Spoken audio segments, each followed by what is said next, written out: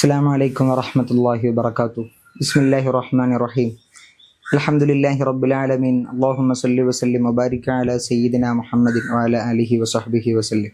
മഹാന്മാരായ സ്വഹാബ കിറാം റളിയല്ലാഹു അൻഹു അവര് പരിശുദ്ധമായ ഖുർആൻ എനിക്ക് ചെയ്ത സേവനങ്ങളെക്കുറിച്ച് സംസാരിക്കുന്ന ഈ ടോക്ക് സീരീസിൽ ഇന്ന് നമുക്ക് പറയാനുള്ളത് നാലാം ഖലീഫ സയ്യിദുന അലി ഇബ്നു അബി ത്വാലിബ് റളിയല്ലാഹു അൻഹുവിനെ കുറിച്ചാണ്.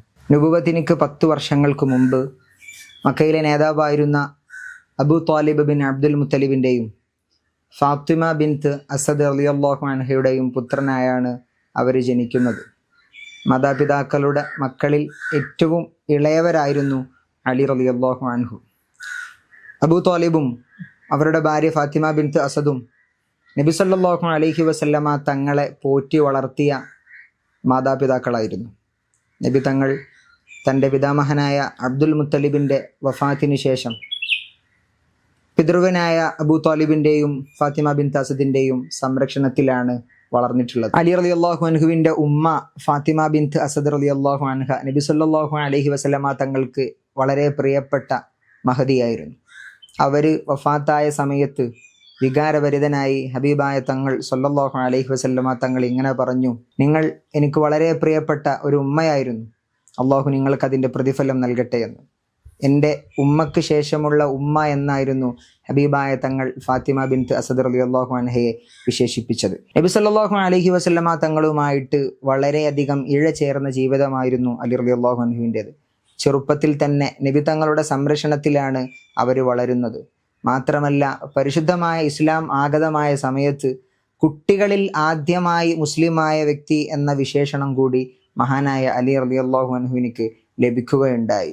ഹബീബായ തങ്ങൾ സല്ലല്ലാഹു അലൈഹി വസല്ലമ അവിടുന്ന് ഹിജറ പോകുന്ന സമയത്ത് തൻ്റെ വിരിപ്പിൽ പകരമായി കിടത്തിപ്പോയത് അലി റളിയല്ലാഹു അൻഹുവിനെയാണ്.